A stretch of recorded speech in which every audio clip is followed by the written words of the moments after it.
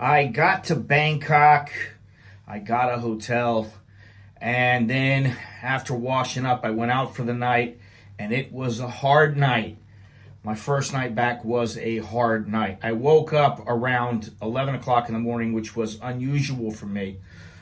But like I said, it was a hard night, so, had to sleep in a little bit. But I had a 3 o'clock flight to Udon Thani, so I kind of lumbered around for a while, made my way to Don Mueang. I got to Udon Thani and then took the 90-minute drive to the house where I was staying. And, it felt like an eternity because I was tired and I wanted to get to sleep. But I felt great. I had money. I had $25K. And to my surprise, I found out that despite not being in Alaska, I still qualified for unemployment. All I had to do was call in every 2 weeks. And, I was like, wow, I got almost no bills, had cash in the bank, and Alaska was giving me like $1,000. What was it, $1,000 a month? I think it was $1,000 a month for 6 months. So I got like $6K out of them. And then, the first order of business for me was to get a computer because I didn't want to have to go down to, I didn't want to have to go down to the internet cafe and work from there. And that was easy enough. It took me maybe a week to get all straightened out and to get back in the groove with my front page and to get up to speed with my website. And within about a month, I was starting to sell. And after a couple months, I was making a couple $100 a month. And I was like, hey, this is great. Now I got to just take it to the next level. So it wasn't really an issue. But, after my unemployment was starting to come to an end, I kind of realized that my relationship was kind of coming to an end also because it wasn't much of a relationship.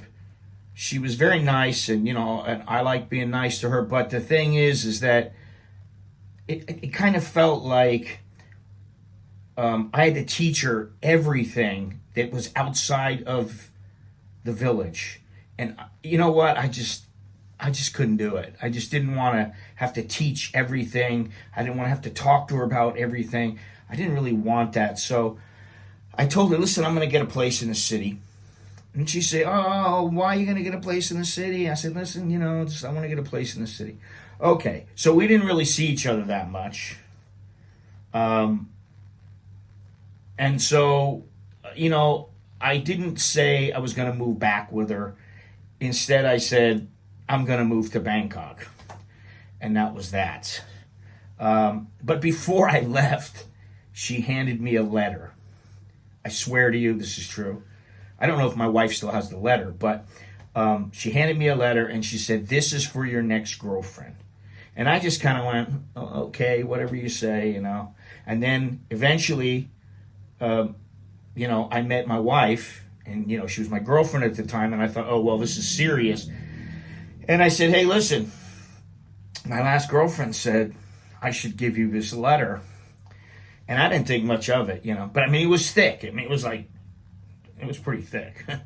And my wife told me, she said very nice things about you, how good you were to her, and how she was happy. But she also said that I should be very careful of you because I left her and maybe I'll leave you too. And I just thought, okay, whatever. And my wife was kind of like, my wife was kind of cool about it. I was like, wow, okay, great. And I was still kind of, confused, sort of numb by it. I didn't know what to think. But I just thought, I'm not going to sweat it, I'm doing good. And so I kept selling things online. And, I had money, but I knew I needed to keep earning. And so one of the things that I found that I could sell, besides little jade eggs and pillows and all these other kind of things, like the jade eggs I'd buy for like $3 and I'd sell them for like 15, But one of the things was football shirts. And they were very, very high quality. I didn't know anything about football. I saw the shirts. I go, oh, these are cool. I got them. I go, oh, all right. And I found out afterwards, oh, well, they're not real. And I'm like, what do you mean they're not real? Yeah, they're copies. And I was like, oh. But I was selling them for like $40. I was buying them for like $5 or $6. And I was selling them for like $40. And, during this time, I'm getting closer to my wife, and we're getting, we're starting to talk about marriage and all these other things. And, one night I go over to her house, and we're just hanging out, and we're eating, and, we lay down on the bed, and we start to go to sleep, and then I just hear a knock on the door. And then I hear a banging on the door, and I go, oh, man, what the? And so we both get up, and we run to the door, and I open the door, and there's like a dozen cops at the door. And this is Scott Mallon. Yes, that's me. What can I do for you? And they stuck some papers in my face, and they said, you sell counterfeit shirts. And, just off to the right, behind me a little bit, I had a stack of about 100 shirts sitting there. It was kind of hard for me to deny it. And I said, well, I bought them here in Thailand. And the guy said, no, you sell everywhere in the world. You cannot do that. And that was the end of my argument. So the cops took me, my wife, my counterfeit shirts, and my computer down to Wang Tong Lang Station. And I was promptly told, okay, you want this go away? You pay 400,000 baht. No problem. I said, I have a new baby. I don't have 400,000 baht. I'm sorry. How much you have? I said, I can give you about 100,000. You'll give me 100,000? Okay, finish. You give us now? No, I can't give it to you now. The bank's closed. How am I going to get the money out from the ATM and all? Okay, you go home. You come back. Come back, big problem. So the next morning, my wife and I go down to the bank. We withdrew the money. We go into the police station. And my shirts and my computer were sitting on a conference room table. And they said, motion for me to sit down. We all sat down. And, my wife is my wife is very calm and collected, And I'm thinking, yeah, she's calm and collected, but I'm really nervous, So then the cop pushes some papers towards me, and he goes, you sign. I said, okay. I gave him the money. I signed. And they gave me my shirts back and my computer back. Okay, bye-bye. I go, what am I supposed to do with these shirts? I'm like, should I sell them? What am I going to do with them? No, I didn't sell them. My wife made me throw them away. And as I'm walking out the door, the whole way I'm like muttering to myself about, these cops, and I can't believe them, But it was my responsibility. I was the one who did it, and, that's why I had to pay. Anyway, after that, I kept my nose clean for a while, and I don't really know how it happened, but I heard of a bare-knuckle event that was taking place on Songkran Festival in Mae Sot. It was almost on the border of Myanmar and Thailand by Myawaddy, okay? And I think it was 2001 or so. But I just thought, you know what? I have money. I'm going to take a chance and go there. So I found the only hotel in the city that I saw. It was the Central Hotel. And upon, I didn't have a room and anything, but they let me check in. And then I go back out and I said, listen, I'm looking for a fight. I didn't mean I was looking for a fight, but I meant I'm looking for a show. Can you tell me, do you know anything about this? And the guy goes, oh, yeah, we know about that. I said, well, what do you mean? He goes, tomorrow, the next day, there are fights, next 3 days. I said, really? He goes, oh, yeah, some fighters are here already. I said, oh, okay. So I, went back in my room, did a few things. Then I come back out, and I just sat there, had a coffee, and I waited. And I just waited and waited and waited. And some people started walking out. They started walking through, and they were Americans. So I struck up a conversation with them. Turned out some of them were fighters. There were 4 fighters, and I think there were 2 or 3 trainers, and a couple friends. But other than that, I was the only guy, the only foreigner there. I was the only guy photographing it as a foreigner. Now, I didn't think I was a journalist or anything like that. I didn't think, oh, I'm going to make some money from this. I didn't think anything of the sort. I thought, I'm just going to have a good time. So, I told them, hey, I'm going to take photos. And so the first 2 days, I photographed. And it was basically young Thai and Burmese kids. And they didn't like each other. I wouldn't say they hated each other. It wasn't like that. But, you would get drunk guys. They would get in the ring. They'd fight each other. They'd be drunk out of their gourd, and they would fight each other. You'd get, kids that were like 12 years old. They get in there and start fighting. And progressively, the skill level got better, and the age got a little bit higher. And, I was the only one there. They let me stand in the corner on the ring apron. They let me stand wherever I wanted down. They were great. They were fantastic. The 3rd day was for the American fighters, and they were fighting some Burmese. Now, I'm just going to go through these real quick, but the first fighter kind of seemed to lose his train of thought. He's fighting and fighting. All of a sudden, it looked like he just lost his train of thought. All of a sudden, bam, he got hit, he was knocked out. That was it. I was like, what? It was a spinning back fist, I think.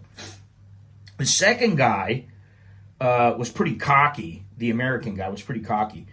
And he beat this guy up for 3 rounds. And at the end of the 3rd round, he hit him with a kick to the head, like a shin kick to the neck. Knocked him out. Spark out. Guy was out. The next guy won like kind of a boring fight, where they're running around a little bit, And then the last guy got knocked out. Now, to me, these guys are fighting for their lives. You got Burmese on one side, Thai on the other side. They're screaming at each other. And there's probably 1,000 people there. I don't know, maybe 800 or whatever. There were a lot of people there.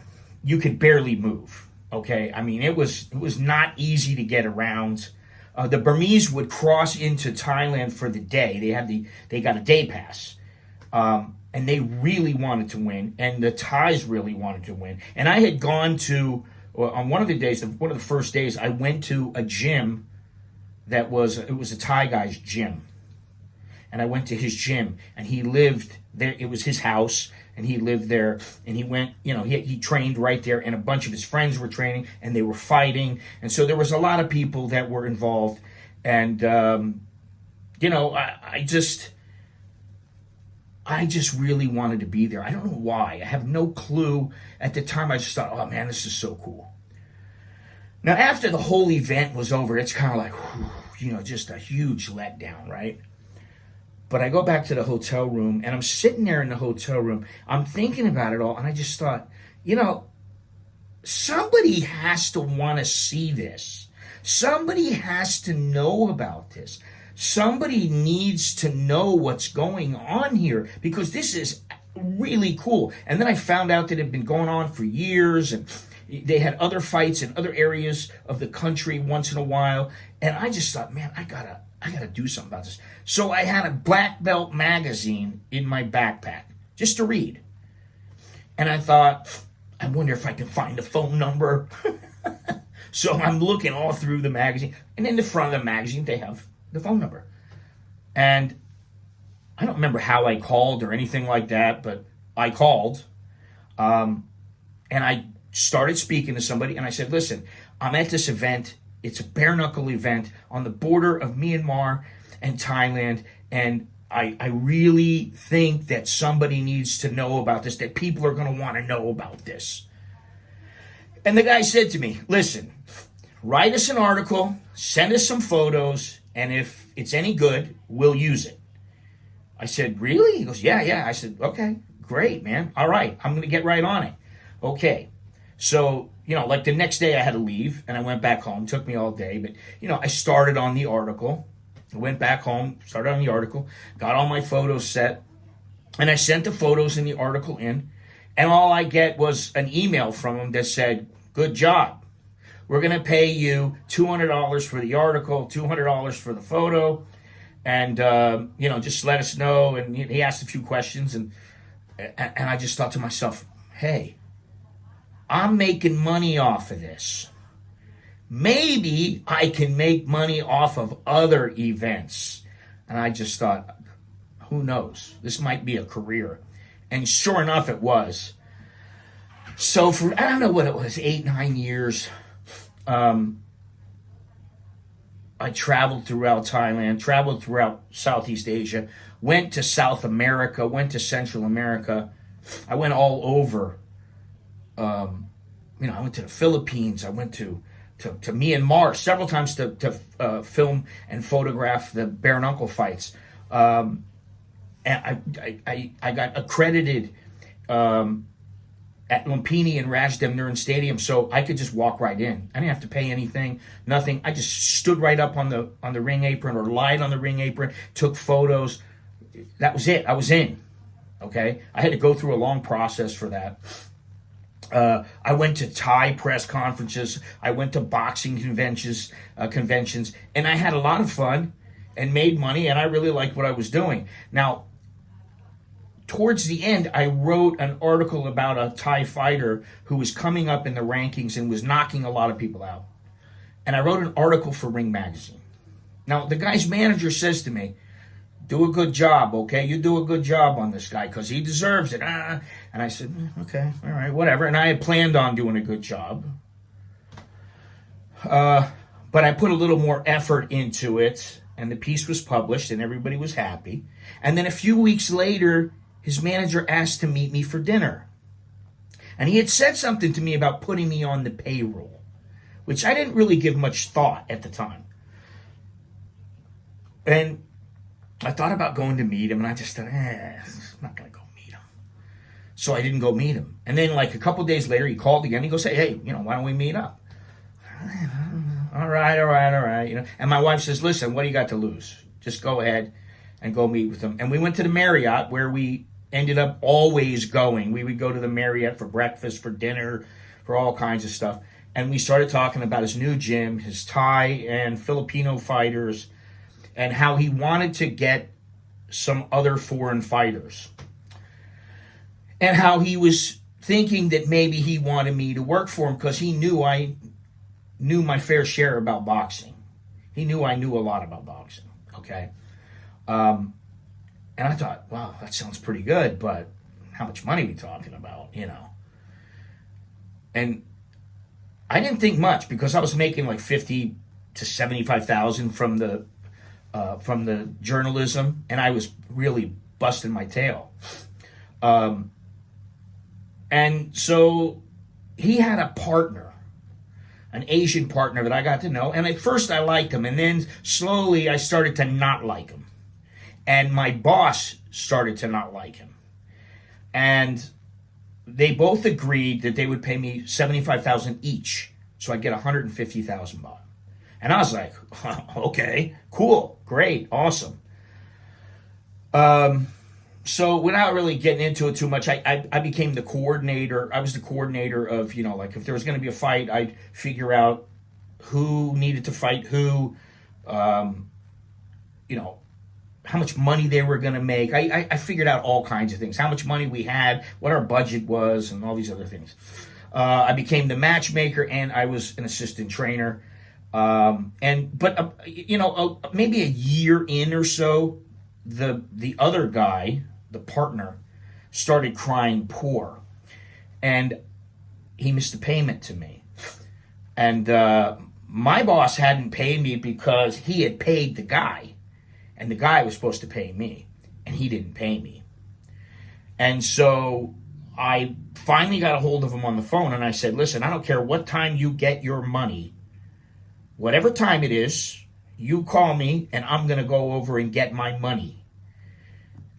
He didn't really like that, but, I was like, hey, man, I need to get paid. So at 3 a.m. he called me, and I went over, and I got my money, and I said, you better never miss a payment again, and I mean that. And that's coming from me and from your boss. So he was never late again. But a few months later, he had supposedly lost his money in some deal. He lost a couple $100,000. He didn't have any more money. This is a guy who was paying 80,000 baht for a girl. He's paying, I don't know, 120,000 for his apartment. He's spending, 500,000 baht a month. And he was an idiot. So he had to go back to work and try to earn some money. But then I became, I was the right-hand man. I was the guy. And so I ended up going to many, many places, but I went to Colombia, Nicaragua, Panama. I went to Singapore many times. The Philippines, of course. I went to Guyana to watch a fight. My boss wanted me to check out this fighter and see if he was worth getting. So I fly all the way out there. I'm there for like 2.5 weeks. I meet Mauricio Pastrana, who had defeated Michael Carbajal, if any of you remember him. And I talked to his trainer, and we got to be good friends. We met back in Florida later on. I don't know how much longer that was, but maybe a year later or something. We met in Florida, and we went out for breakfast. So I'm talking to these guys, and I thought I was leaving the next day, but really I missed my morning flight. So I frantically called the travel agent, and she got me a flight the following day, and it was business class, and I had lucked out. But I still had to sign the fighter. And I had all these guys come over to my room. There was like a half a dozen guys. They were all, fairly good size, and they were, all standing around me, and they wanted me to sign this guy. Now, I was going to sign him. But I didn't want to give them what they wanted as far as the money that they wanted. I was only authorized to give them like 10 grand as a signing bonus. They wanted 12,500. I said, how about I give you 12 grand? Okay, done. Boom. Shook hands. End of deal. Little did I know, but the fighter had brittle hands, which, I was a little bit green. And what I should have done is taken him in for a full physical. I didn't do that. Because I thought, well, hey, he's fighting this guy, and this guy's pretty good who he's fighting. And anyway, we bring him all the way from Guyana to Thailand. He comes over to Thailand. He comes over with his trainer. He refuses to train with anybody but this one guy. He wouldn't train with anybody else. And that kind of pissed us off. But, we went, all right, whatever, So we end up putting on a show in Singapore. I don't know how many years ago this is, but we put on a show in Singapore. And it was the first show that there had been in something like 50 years. And he was fighting for the Pan-Asian Boxing Association title. And he won. And we were very happy. Everybody won. There were a few close calls where we almost lost, but we won. And so everything was good. Now, like 2 days later, the guy comes and he says, listen, I'd like to go back to Guyana. I got to go to my family and all these other things. And my boss says, tell him to go. I said, really? You want him to go? We brought him all the way over here, Yep. Tell him to go. I want to see what kind of guy he is. And I thought, oh, okay, that's what he's doing. So he left, and we started preparing for our next show. Usually what we would do is we would take a couple weeks off.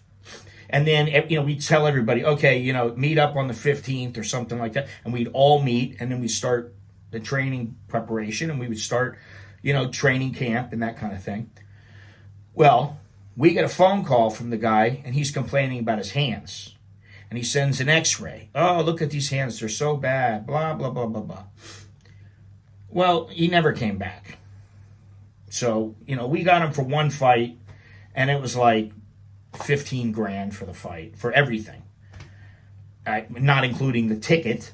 It was way too much. Now, had he stayed with us for 3 or 4 fights, we would have got our money out of him, and we probably would have made some money. And we were trying to set up $1 million fight. It was a world title fight at Singapore in their casino that had yet to be opened.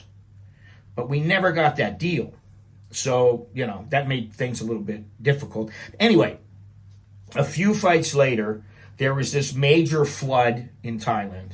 And without boring you with details, this flood caused many, many problems. It caused problems in the gym.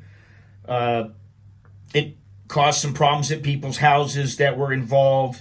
And we were asked to come up with $50,000 for the next show.